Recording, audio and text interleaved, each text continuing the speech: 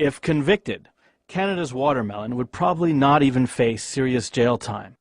However, in the United States, it would be another story.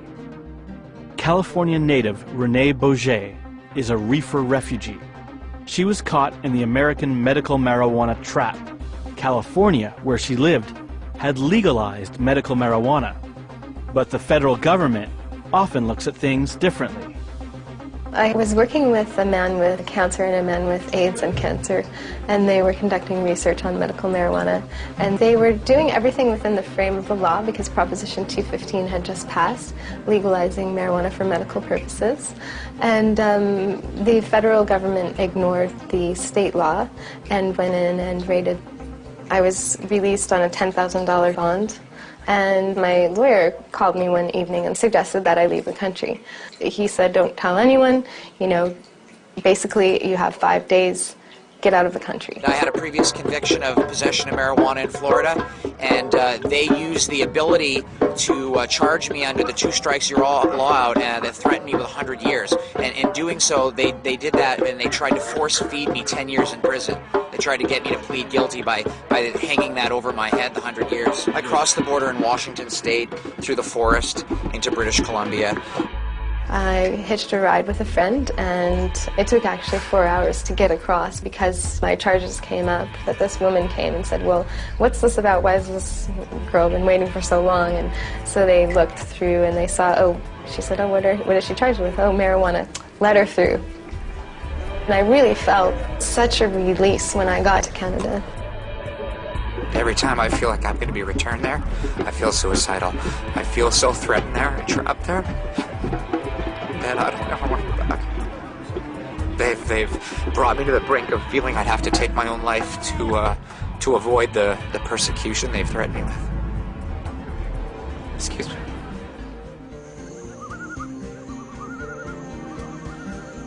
Canada had become an international freedom destination.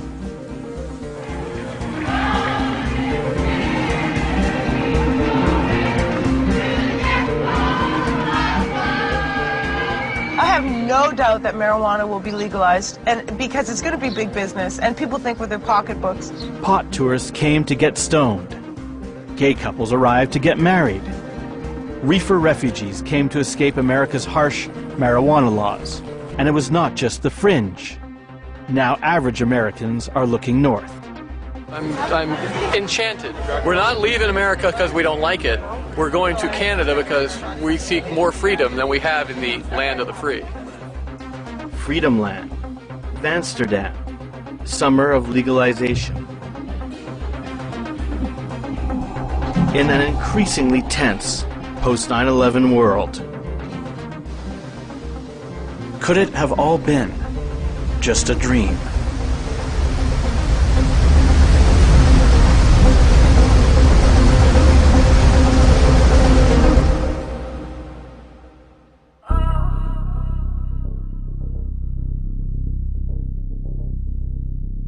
Strong America must also value the institution of marriage.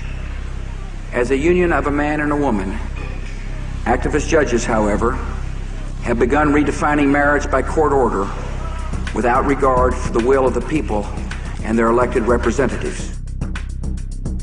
One man, one woman for marriage! Children need a loving home. We don't want anyone going to hell! We're talking eternal damnation! Using the Ontario case partly as precedent, across the border in Boston, a court in Massachusetts votes to legalize gay marriage by spring.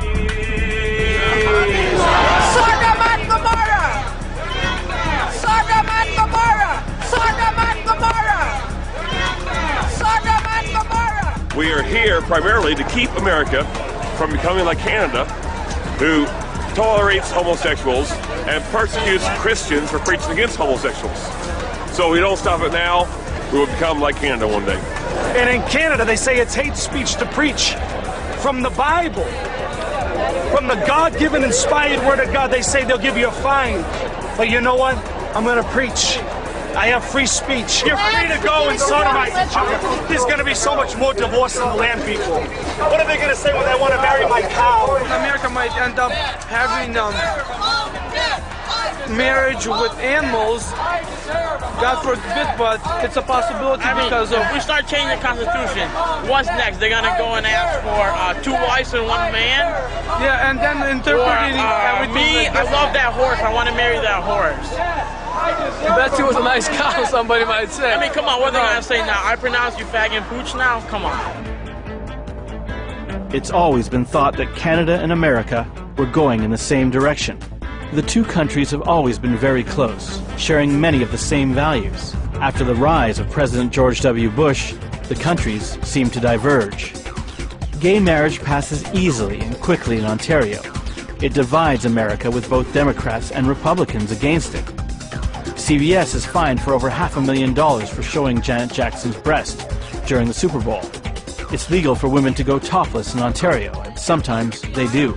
I do this all the time in Toronto. In America, the war on drugs is entering a new phase. It's not only the sellers of the drugs themselves that are profiting from the drug trade.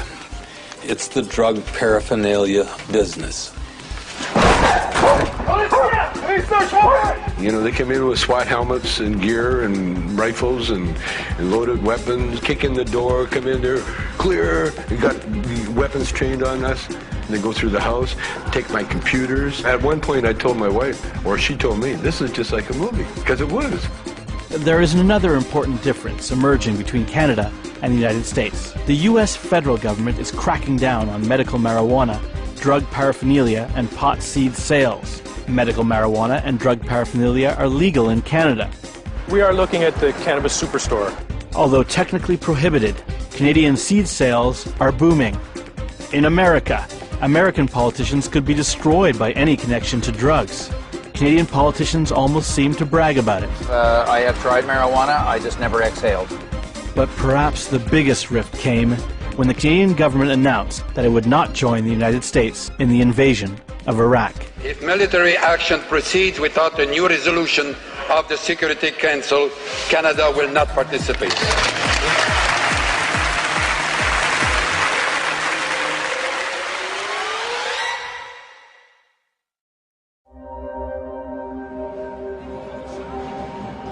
The war in Iraq would create another kind of American escapee to Canada.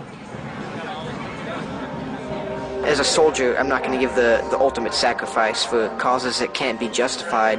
And if I was going to fall in combat, I would want the peace of mind of knowing it was for the right reasons and not just a bunch of lies. I was scheduled to deploy to Iraq, and I left the night before my unit flew out. I was based at Fort Hood, Texas, and I had been in email contact with the peace activists that helped me, that we arranged plans to get to Canada. Growing up, I always thought it'd be a good thing to do, go into the military. And after high school, I figured it'd be a good way to get money to go to college. It wasn't right. I didn't want to deploy. He said, well, since you signed that contract, you know, it's not your choice. You know, I was afraid that I'd end up dead. Or end up, if not being killed by the enemy, just being, you know, driven crazy and probably end up shooting myself. I had sat in bed one night with a bottle of pills and I was contemplating swallowing it. No, you can still turn back. All right. How did you decide? I was quite nervous. I never left the country, so I had no idea what to expect. I've never seen Niagara Falls before, so it was quite an amazing sight. In the U.S., I would be apprehended and turned over to military police, and basically I would be put in jail. We gave them a driver's license, and that was that.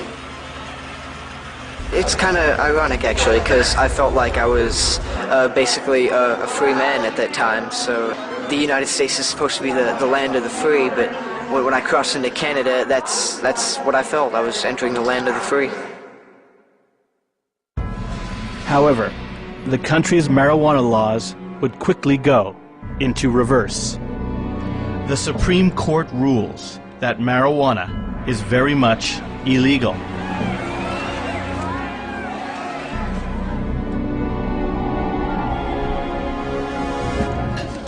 We got a bombshell dropped on us.